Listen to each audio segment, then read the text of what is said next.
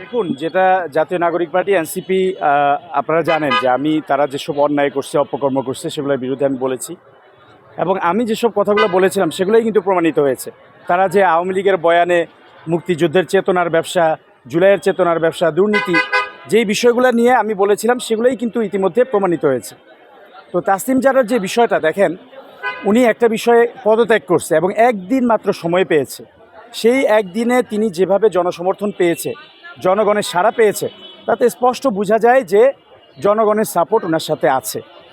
তো একদিন, যেহেতু একদিনে উনি অনেক কিছু করেছেন, সেখানে দুই একটা ভুল হয়েছে এবং উনি কিন্তু যতগুলা দরকার তার চেয়ে বেশি জমা দিয়েছেন।